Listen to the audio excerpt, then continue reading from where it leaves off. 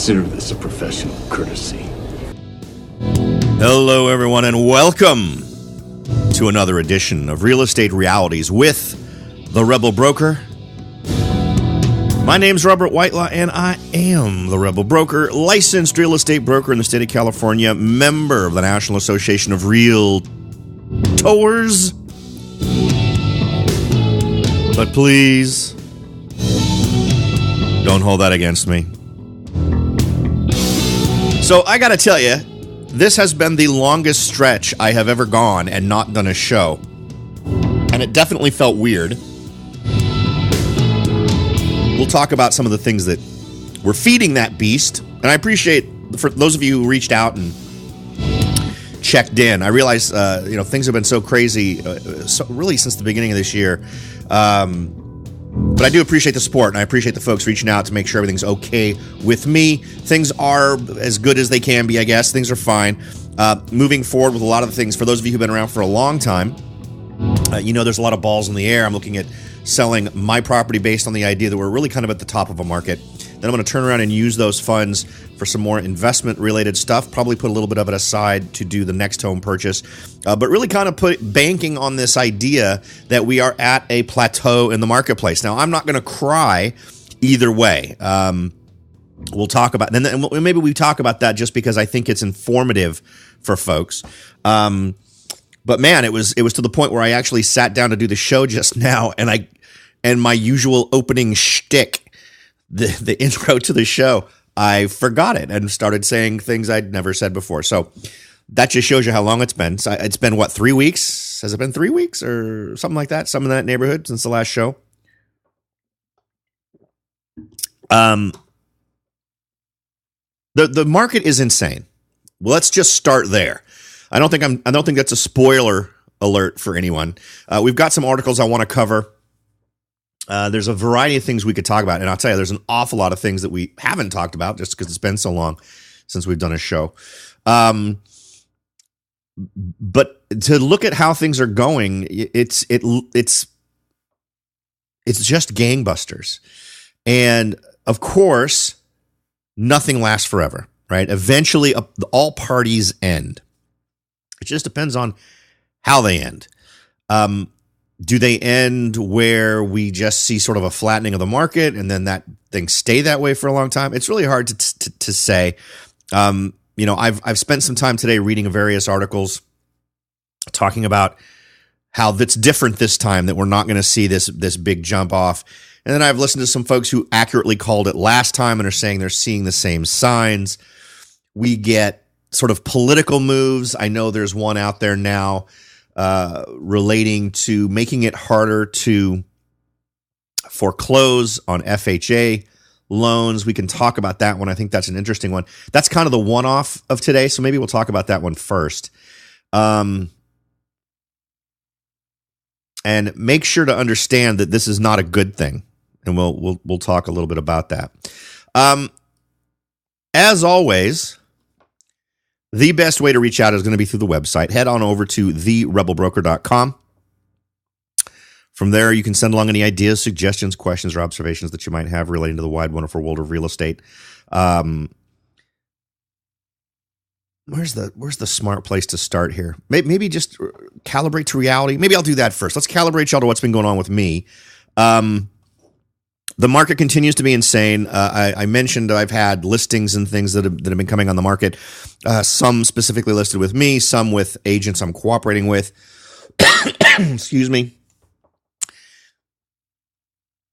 And the most recent one, we can talk about the one that's actually specifically under my control. Insane how fast this home sold. In a market where there just isn't enough inventory, this is the poster child. So this was a home with challenges. This was a home where needs a lot of TLC, a lot of little things. When this is a good time to talk about assessing your home for sale, right?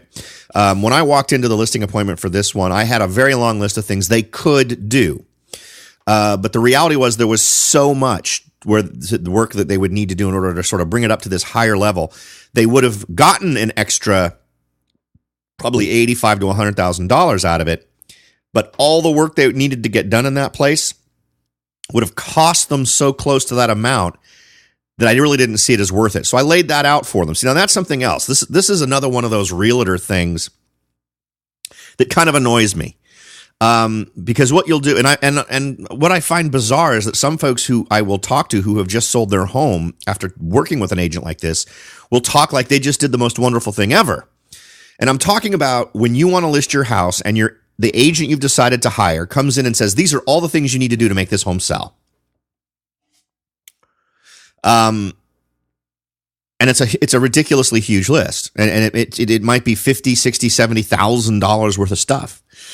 This was someone who was boasting that exact thing about a home in Gilroy, and they shared with me how much they sold it for and what it was listed for. And when I went and I ran the numbers, and I was able to see pictures of what it looked like before the remodel, my guess is that knowing what they spent on the remodeling, that they actually ended up spending more than the remodeling netted them in additional dollars in terms of the sale price of the home.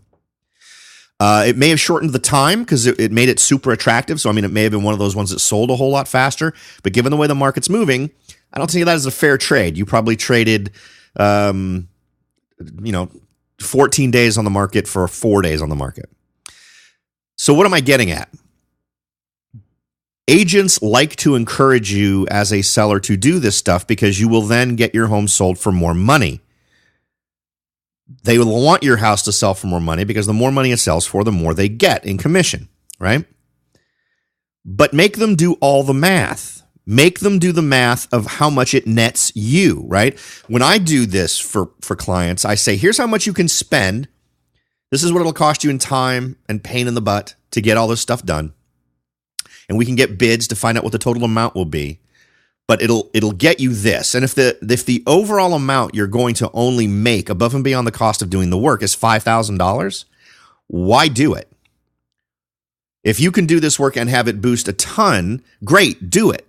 Right? Let that be the seller's decision. For my agents out there, make sure you're spelling out the details here and understanding exactly what the dollar payoff is to them to do this work, and make sure you're real sure of that in terms of what the market's doing, and also understand that delaying putting the home on the market may potentially miss a window of opportunity. And we're kind of at that window of opportunity, at least in my market right now. If you're someone who is looking to sell a home in my market, this is the month you want to be on. This is the month you want to be in, and you want to be closed by, June.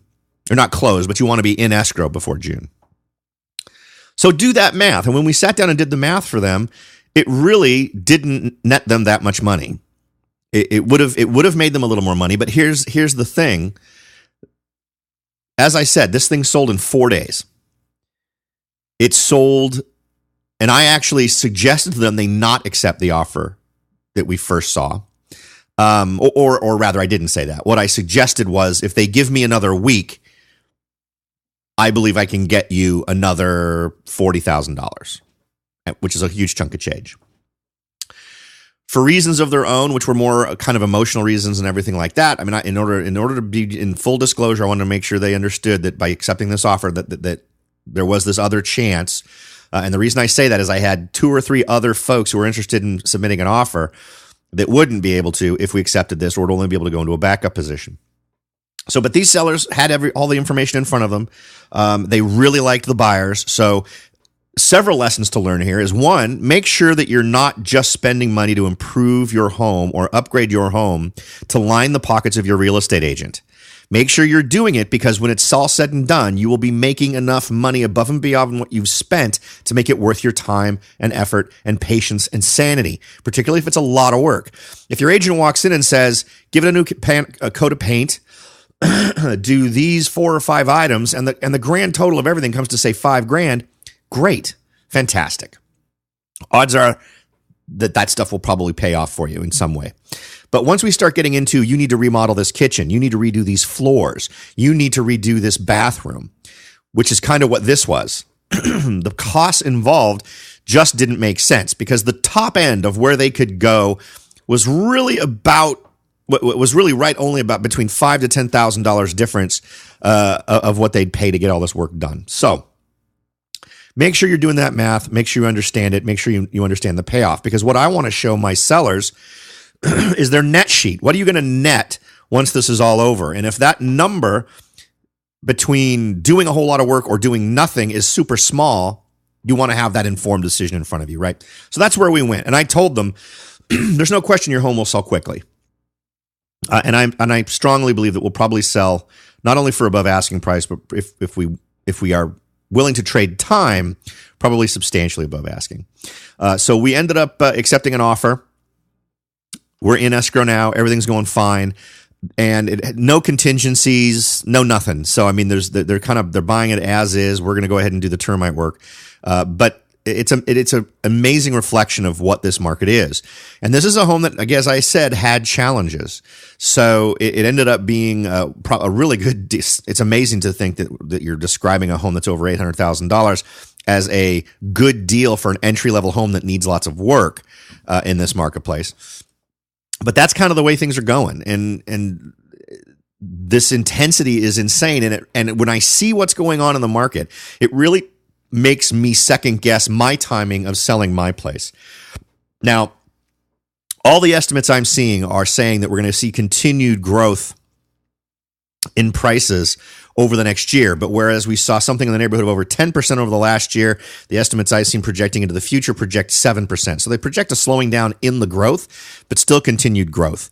I'm also, and I'm kind of going through my thought process with you here, I'm also tempted by the thought that right now I could rent my home, excuse me, for a really good positive cash flow amount. But then here's the next thing I did. I assumed I sold the property. I went to some of the markets I'm interested in and went and just took homes that were, and took them at list price. So obviously I'd offer less in some of these markets, and assumed I took my money from the proceeds of the sale of my home and bought that home and turned it into a rental, and did that until I used up the money I was allocating for that, and discovered that if I did that, I would make twice as much in return on investment each month, right? That's a good number to know. And that's another number you should do if this is what you're thinking, because here's where I'm going with this. Because of where I think we're going, I'm in tighten the belt mode. So I'm downsizing my home. I am going to probably move into a rental. I have now sort of rekindled my desire to buy a lot and build, because when I do the math on that, that still is ridiculously advantageous. That is still a ridiculous way to do really well. When I do the math on this and work through all of the hoops on this, you end up with a property that you could sell for almost twice what it cost you to buy the land and build the property up. So even if the market does take a dump, the property that I've built is still going to absolutely retain its value. Property values would have to drop by more than 50% for a building option to not be financially sound, right? And I'm not thinking I'm going to see a 50% decline, at least not at that price point and in that market. So, and again, things you'll want to roll into your decisions. So for me, I'm moving into a point where I'm going to be cash rich. At least that's the goal. That's the plan. And I'll be able to explore my different options in terms of investing. And the other thing on my list of things to do, something that we're probably going to chat about as time goes on, is doing the self-directed IRA. You know, I went back and I re-listened to that interview we did, which I think is the last show that got posted, where we had a guest on talking specifically about that, talking about how to protect your investments through how you take title and how you hold title, and also talking about self-directed IRAs. And I think that's something I'd like to look into and get more experience with. So I'll obviously share my experience with you on that. So we'll see how that goes. All right. So let's go ahead and real quick cover this article. This is from Housing Wire. The links to these articles will be in today's show notes if you'd like to take a look at them. Maxine Waters introduces legislation to prevent FHA foreclosures. Let's talk about this for a second, because we need to understand what that means.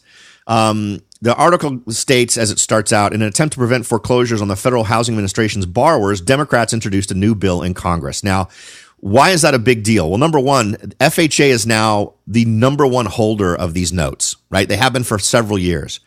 So policies that they make relating to how these funds can be recovered or how foreclosures can be handled do a couple of things. One, they affect the vast majority of the loans that are currently floating around out there. There are huge numbers of loans held by the FHA or originated by the FHA. Or not originated, but, those folks. A lot of you probably have one of these types of loans. And what it translates into is if things go horribly wrong and you can't foreclose on these folks, the costs associated with that fall squarely on your shoulders as a taxpayer. It'll all end up being government stuff. Maxine Waters, ranking member of the Housing Committee on Financial Services, introduced new legislation that would strengthen the requirements for and increase oversight on FHA mortgage servicers. Quote, a decade after the devastating foreclosure crisis, we continue to see significant problems with the servicing of FHA loans that unnecessarily put homeowners at risk of foreclosure. Okay, let me explain how this works. Pay your mortgage, you don't get foreclosed on. It is that simple. She goes on to say, my bill, the FHA Foreclosure Prevention Act, would ensure that FHA servicers help families experiencing financial hardship avoid foreclosure so that they can remain in their homes. And that all sounds good on the face of it, but what this really turns us into is Florida, New Jersey, and Nevada, right? I'm going to explain what I mean by that in just a second, so don't go away. We'll be right back. Are you ready to jump in and start your search for your first investment property? Maybe you've decided that it's time to own your own home, or maybe you're ready to sell your home and move on to something new. No matter what your goal is, the Rebel Broker can help. That's right, aside from hosting this show, I am also the owner-broker of Whitelaw & Sons Real Estate Services right here in Silicon Valley. With over 25 years experience serving Silicon Valley, Morgan Hill, San Martin, and Gilroy, I or one of my great agents can help you achieve your goals in real estate. So if you're ready to look into taking that next step towards achieving your real estate goals, point your browser at www.soldbyrobert.com. That's www.soldbyrobert.com and get in touch. Let me show you how I will earn your business and your respect. Again, that's www.soldbyrobert.com, or you can call me at 408-852-0525. California Bureau of Real Estate ID 00984-909. Hello, everyone, and welcome back. We were just taking a minute to talk about a new bill that Maxine Waters is trying to push relating to sort of making it easier for folks that go into default on FHA loans to stay in their homes. And I was making a connection here with several states, including Florida, New Jersey, and if I'm not mistaken, Nevada was much more of a judicial state. And today it's ranked as sort of both, but usually non-judicial, because I could have sworn there were a lot of holdups. There were a lot of properties that were being forced to go through the judicial process in Nevada that ended up just completely bogging down the process.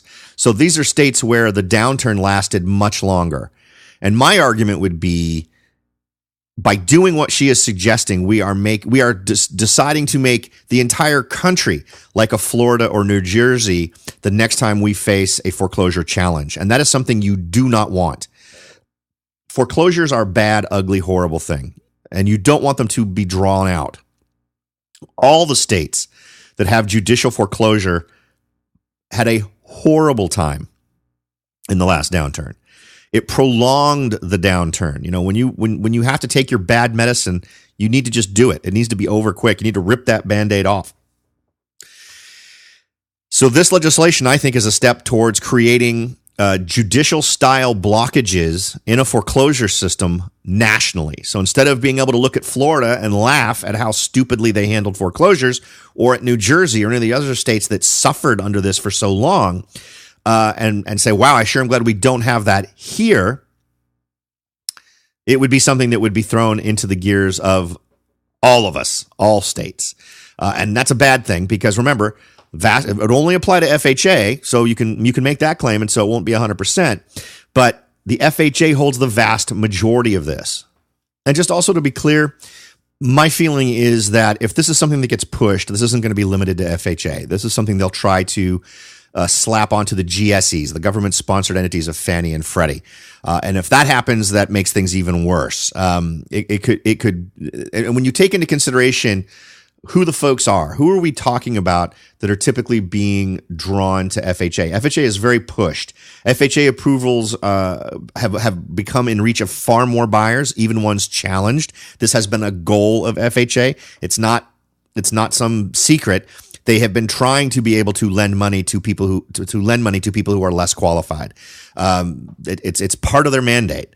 FHA is making it easier to qualify. We've talked a lot about the variety of ways in which folks' credit ratings have been artificially increased.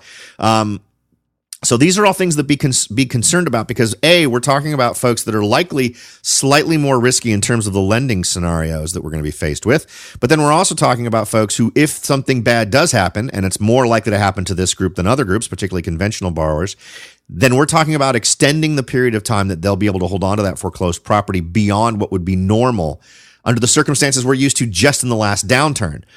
So those are things I think are concerning, something you probably might want to make yourself more aware of. But I think these are things that we need to be concerned about. All right. Now, next, March home prices up 8.9%. It's the biggest increase in 4 years. New listings declined 5.6% in March, a sign of possible waning seller enthusiasm and ongoing tight market conditions. So again, we're continuing to see these jumping numbers, and it is all about inventory. So there's a variety of things now that come into the equation. If we start trying to anticipate what's going to happen with the market in terms of where prices are going, there are really two things that could really push the market down. One, a jump in inventory for some reason. Builders start building. Another big change could be something economically disastrous that occurs, whether we're talking about pension funds finally going nuts and we're trying to figure out how to bail those out, printing up tons of money, which is actually a process that would happen if the federal government decided to bail out pensions. And you'll remember, or maybe you won't because it's been a while, but a few shows back, so actually more like a month and a half, 2 months ago, we talked about how a bill has been introduced to do exactly that. It kind of snuck it in there to create a system where the pensions would be funded by federal funds. So your money would be paying off those pensions in Michigan or wherever else that these things are going poorly. Let's see. The lack of homes for sale, down 11.9% year over year, continued to constrain sales, which declined 3.7%. The number of homes newly listed for sale in March fell 5.6% compared to a year ago. So these are all numbers that we should be concerned about because remember, the only thing that's causing this, the only thing pushing this craziness is this super low inventory, and low inventory cannot last forever. Something breaks eventually. Next, another little tidbit here. Bidding wars heat up even in unassuming towns. So we've talked about my market, which is insane. I know the local big chat now, and this may have made national news, was a home in, I believe it was Santa Clara or Sunnyvale that was burnt out. It's literally burnt out, and it was up for sale for $800,000 and ended up selling. It was up for sale for $900,000 and ended up selling for $800,000 over asking price. So $1.7 million for a house you can't live in that you'd have to buy for all cash because they wouldn't loan on the house like that. That's my area. That's what's happening here. Now, according to this article from Realtor Magazine, there are areas now where the bidding wars are going crazy even there. Number one on their list, let's start at number 7.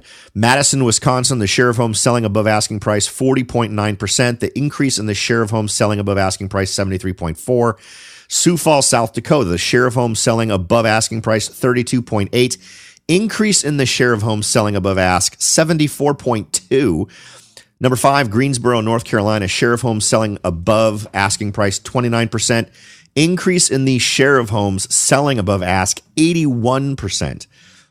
Good Lord. Irvine, California is number 4. Share of homes selling above ask, 30.3%. Increase in the share of homes selling above ask, 85.5%. Lexington, Kentucky, share of homes selling above ask, 22.7%. But the increase in the share of homes selling above ask, 86.4%. Worcester, Mass is number 2. Gosh, the share of homes selling above ask is 41.5%. The increase in the share of homes selling above ask is 88.1%. And here's one that's nuts. Akron, Ohio.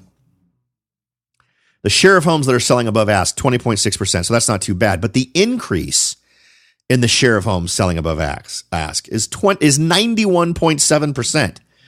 So basically it's doubled.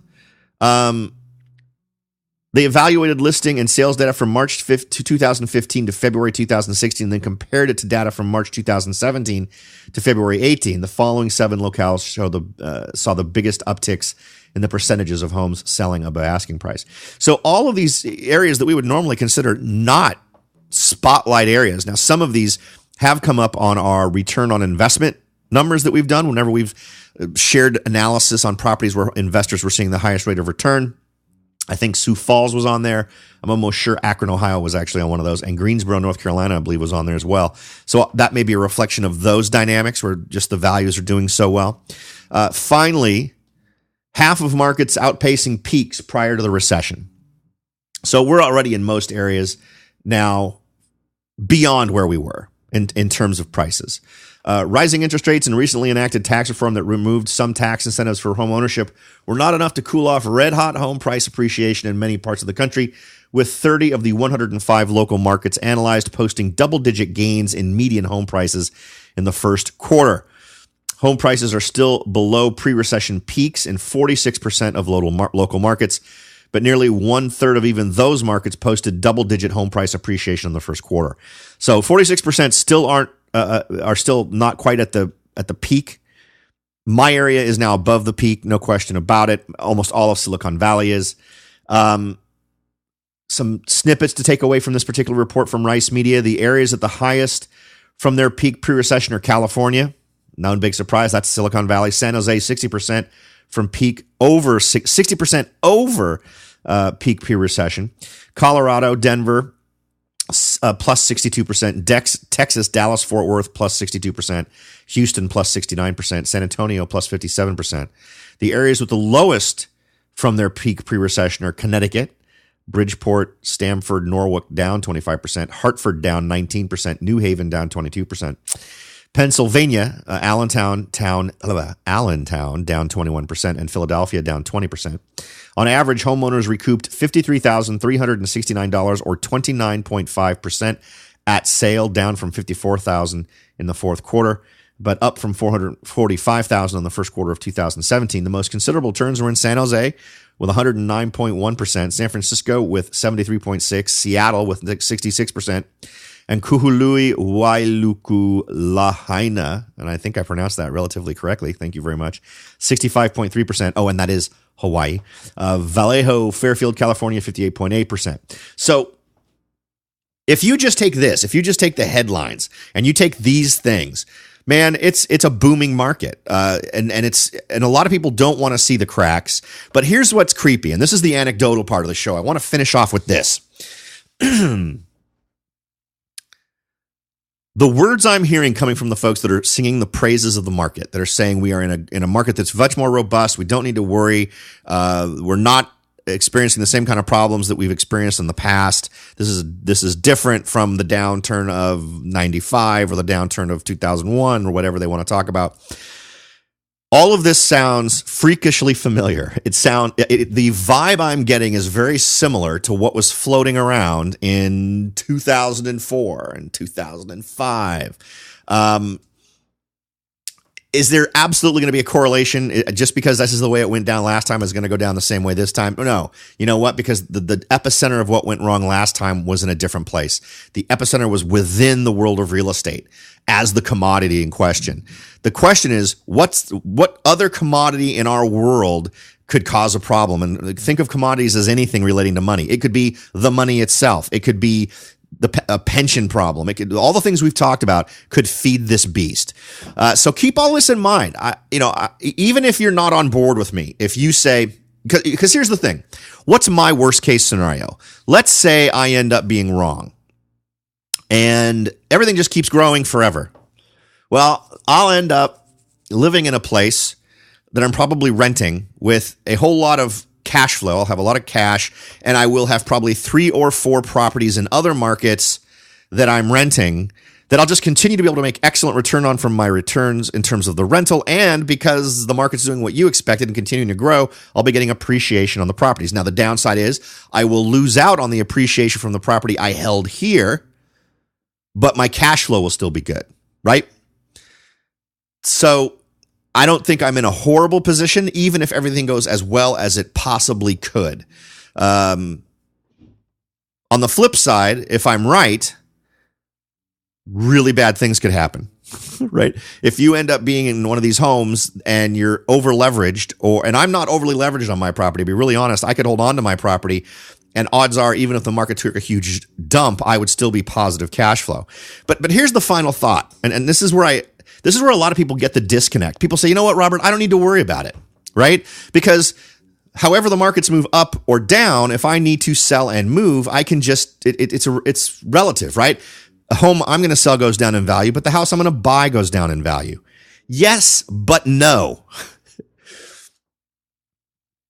Here's the difference. It's how hard your money can work for you, right?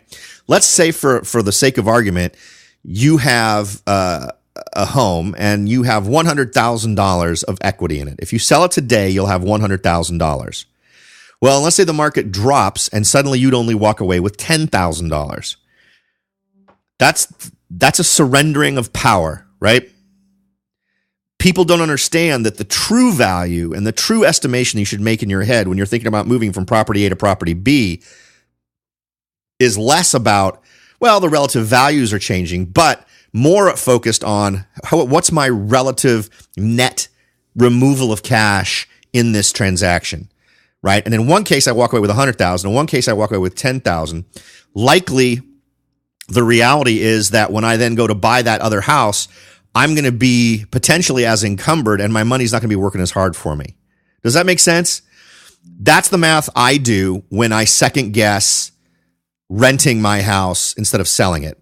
The bottom line is if I take the equity out of the house as it exists right now and put it elsewhere, it will make me more money. It'll make me more money than the appreciation that the house is putting out. It'll make me more money than it would make if I rented the house. The economic utility of my home, if I remove the I love my house model from inside my head and I turn it into a how does it make me money model, I make more money potentially going the other way and renting elsewhere. The only place where my math gets a little squidgy is on the appreciation part because there's really no way for me to know how things are going to go with appreciation. And since in my world, I'm estimating a downturn, I'm estimating at some point the property values will actually go down. For my math, it actually ends up working better. You just have to decide how comfortable you feel projecting into the future how much appreciation you're going to enjoy on your property. Zillow seems pretty optimistic. There's a lot of different places that seem optimistic, but I sure am hearing a lot from folks who aren't very optimistic. All right, folks. I truly appreciate you taking the time to listen to what I have to say on these subjects. I hope it is useful for you. The whole goal here is to leave you with far more knowledge sitting there in front of you than time you invested. Hope we've achieved that today. Thanks again for listening. I'll talk to you all next time.